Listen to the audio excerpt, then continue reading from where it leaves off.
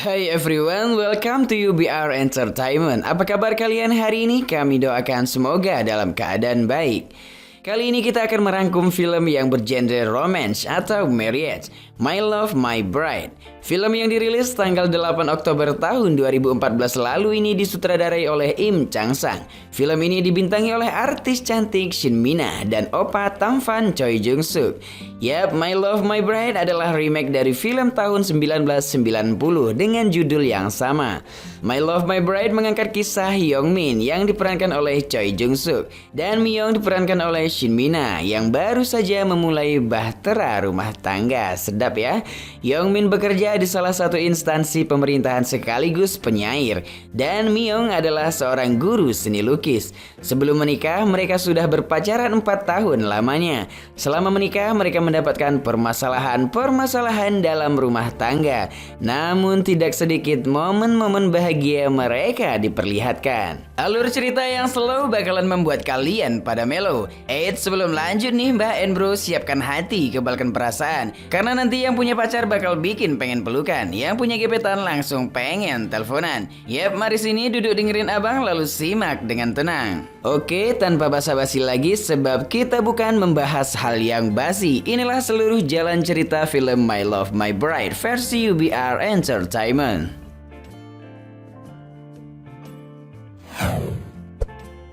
Cerita ini diawali dengan seorang pria yang sedang duduk sambil memainkan handphone miliknya di sebuah taman ditemani dedaunan yang berguguran.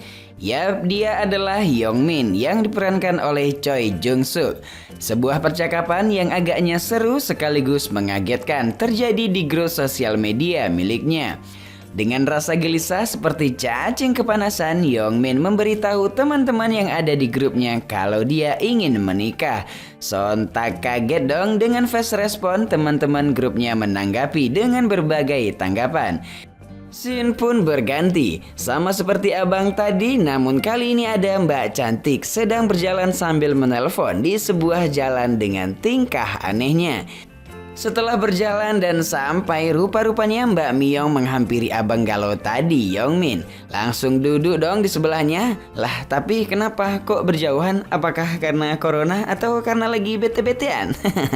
Yap, mereka pun mengobrol. Niat hati abang Hyung Min sebenarnya pengen basa-basi dulu sebelum melamar, karena dia sudah mempersiapkan sesuatu yang ada di sakunya. Tapi ternyata basa-basi abang ini membuat hati Mbak Myung salah paham, geng. Dan mereka pun bertengkar, lamaran pun sirna. Scene berganti. Nggak jadi sirna ya bang ya. Akhirnya mereka berdua pun menikah dan tinggal di satu rumah.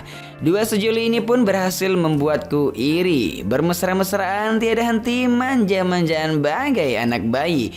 Bertingkah konyol untuk membuat suasana menjadi hangat. Saking hangatnya abang ini selalu membuka celananya dan saling membantu menyelesaikan pekerjaan rumah. Manis sekali ya. Scene berlanjut. Di sebuah kantor, Hyung Min melanjutkan momen kasmarannya. Yap, sibuk dengan HP untuk chattingan dengan kekasih halal di rumah. Aduh, sedap ya bang ya.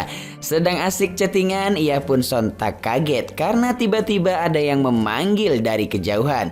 Saling tatap dengan senyuman manis. Siapakah dia? Dia adalah Sung Hee, teman lamanya yang sudah lama tak bertemu. Sung Hee yang baru saja pindah dari New York. Sepulang dari kantor di sebuah jalan, mereka berdua berjalan bersama sambil cerita nostalgia. Yap, setelah sampai di depan rumah Sung Hee pun mengajak abang Hyung Min apakah ada acara malam Jumat ini. Waduh, malam Jumat. Tiba-tiba getaran dering telepon Hyung Min bergetar. Siapa lagi kan kalau bukan istrinya. Namun panggilan itu diabaikan oleh beliau dan akhirnya mereka pun berkumpul.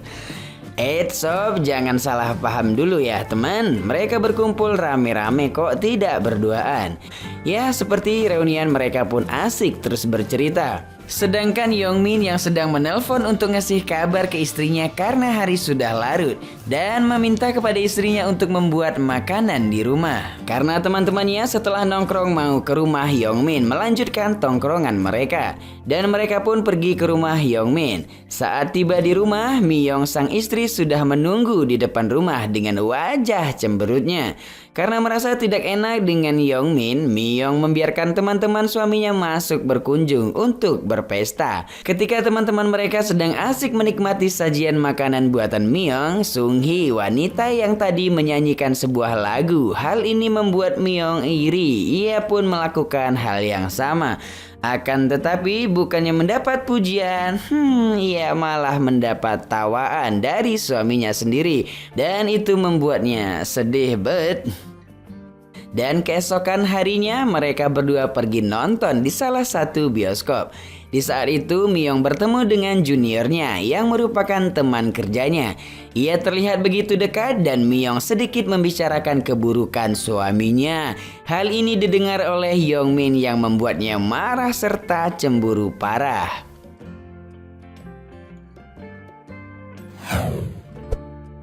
Scene berlanjut. Di tempat kerjanya, Abang Yongmin sering kali bertemu wanita berpakaian seksi. Hal ini membuat Abang Yongmin terus melirik pada ladies dengan lirikan kunap alias kuat nafsu.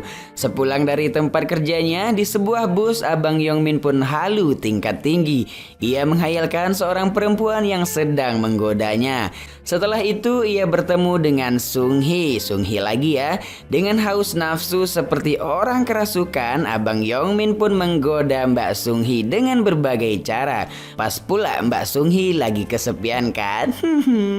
Dan tak berapa lama ia pun mengajaknya menginap di sebuah penginapan. Mak, enak nih.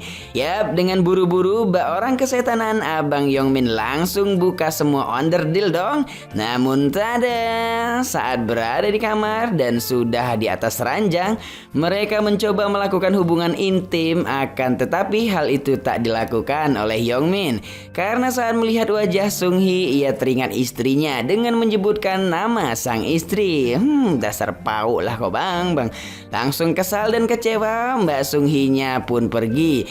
Dan ia meninggalkan penginapan dan pulang ke rumah pada subuh pagi, pas pula istrinya sedang menginap di rumah ibunya. Scene berlanjut. Di kantor tempat Miyong bekerja, Miyong tanpa sengaja bertemu dengan Yoo In-young, teman kuliahnya dulu. Yang mana teman kuliahnya ini dapat perintah dari bos Miyong untuk memberikan kuliah khusus di kelas Miyong. Karena satu tempat kerja dan pernah satu kampus, mereka pun dekat. Dan secara mendadak In-young memberitahu pada Miyong bahwa Sungwoo, sang cinta pertamanya dan juga merupakan mantan pacar In-young ini akan menggelar acara musikal. Dan In-young juga mengajak Miyong untuk bisa nonton bareng. Dan tahu nggak kalian sob, saat malam hari tiba, di kamarnya Mbak Miyong dengan rasa penasaran yang begitu tinggi mencari tahu info konser Sungwoo, sang cinta pertama di internet komputernya. Dan langsung pesen tiket dong, 2 tiket pula sekaligus.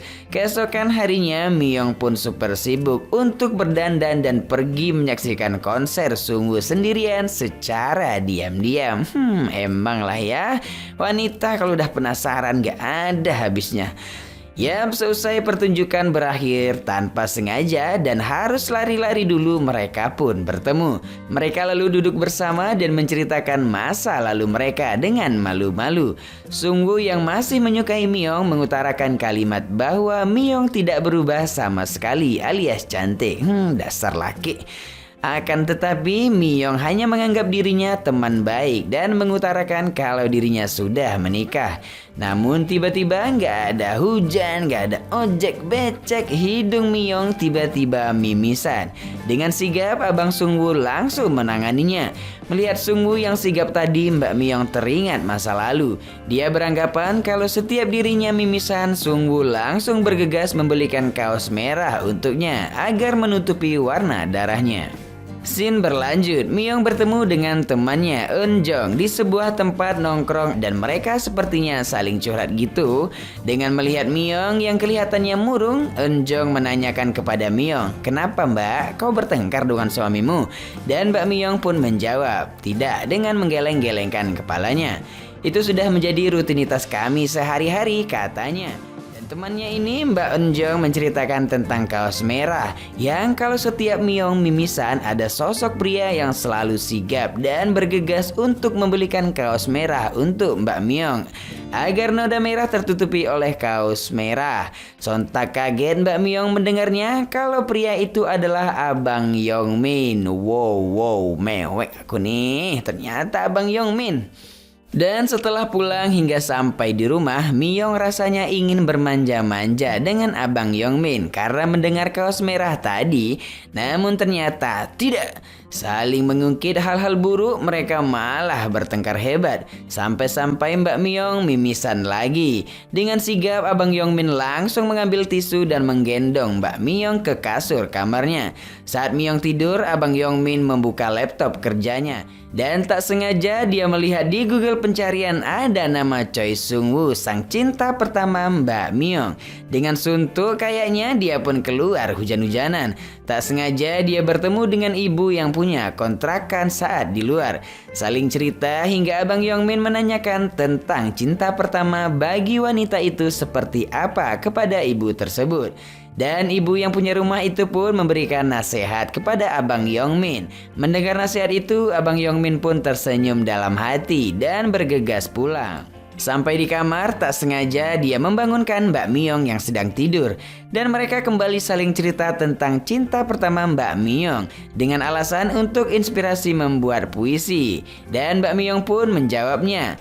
Mendengar jawaban Mbak Miyong, Abang Yongmin tersenyum bahagia karena dialah cinta pertama yang sebenarnya.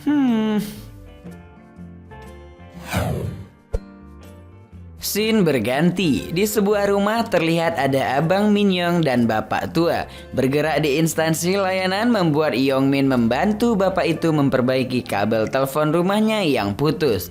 Tak lama Yongmin diajak masuk ke salah satu ruangan rumah bapak itu. Yap, tak sengaja dia melihat salah satu buku puisi bapak itu. Sontak kaget bahagia, bapak itu adalah Pan Mok Won, penyair terkenal yang sangat diidolakan sejak lama oleh Yongmin. Sering ketemu dan selalu berdiskusi tentang puisi. Akhirnya mereka pun dekat. Scene berlanjut. Abang Yongmin dan Mbak Miyong agaknya pergi piknik dan berlibur di sebuah pantai. Menggunakan mobil sewaan, mereka berdua terlihat bahagia sekali sambil teriak-teriak di dalam mobil ya. Teriakannya kayak gini, geng. Sarangi Miyong.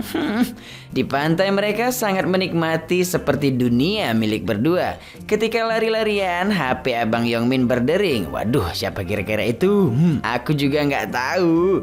Mendapat telepon dengan kabar yang bagus, dia kembali lari-larian dengan senangnya kayak anak-anak baru dibelikan mainan. Kabar baik itu adalah dia mendapat penghargaan figur puisi modern. Mereka pun teriak bareng sambil mutar-mutar berpelukan. Awas pening bang. Scene berganti. Di kantor, Abang Yongmin yang lagi sibuk bekerja tiba-tiba menerima telepon dari seseorang. Dengan berita yang diterimanya sangat menyedihkan. Sang idola penyair terkenal yang sudah dianggap seperti orang tua sendiri ini meninggal dunia. Usai ditinggal Pan Mok Won, penyair terkenal dan dekat dengan dirinya, dengan perasaan sedih ia pun pulang membawa buku-buku miliknya. Sedih itu pun berlanjut sampai di rumah Abang Yongmin. Sang istri sama sekali tidak mengetahui hal tersebut. Suatu ketika sedang mengetik syair, Yongmin yang tengah dikejar deadline terus diganggu oleh Miyong yang tengah menahan sakit perutnya. Akan tetapi Yongmin tidak menanggapinya, ia malah pergi keluar. Miyong yang tengah menahan sakit dengan memanggil-manggil Yongmin untuk meminta bantuan, namun Yongmin tidak menghiraukannya. Karena dia kesal, buku yang dibawanya berjatuhan di lantai dan dia pun melanjutkan niatnya untuk keluar rumah. Dengan begitu, Miyong dengan rasa sakit berusaha menelpon ibunya dan setelahnya ibu membawanya ke rumah sakit. Tak berapa lama kemudian Yongmin menangis merasa menyesal telah mengabaikan istrinya yang ternyata mengalami sakit fibroid atau tumor jinak yang ada di dalam rahim. Aduh. Usai menjalani operasi, Yongmin menemui Miyong. Di saat itu, Miyong mengatakan pada Yongmin jika ia ingin bercerai dengannya. Hal ini bukan tanpa alasan. Miyong beranggapan sudah tidak nyaman dan karena mereka sering sekali bertengkar. Setelah sampai di rumah dengan perasaan tidak enak, Yongmin mengetik di komputernya. Tak sengaja dalam keadaan sibuk mengetik, dia memanggil Miyong untuk dibuatkan kopi. Tersadar rupanya Miyong masih dirawat di rumah sakit. Segala hal indah tentang Myung dikenangnya kembali malam itu. Sampai-sampai dia mengingat kembali memori di mana mereka berkenalan dulunya tanpa sengaja. Dan mengenang bagaimana dulu ia melamar Mbak Myung. Dan dia juga mengingat perkataan yang dulu pernah dikatakan oleh idolanya, Pan Mokwon, yaitu jangan biarkan puisi merenggut sesuatu yang berharga dalam hidupmu. Puisi ada untuk sesuatu yang berharga dalam hidupmu. Dengan mengenang hal-hal tersebut, Abang Yongmin pun bergegas lari menuju rumah sakit untuk menemani sang istri.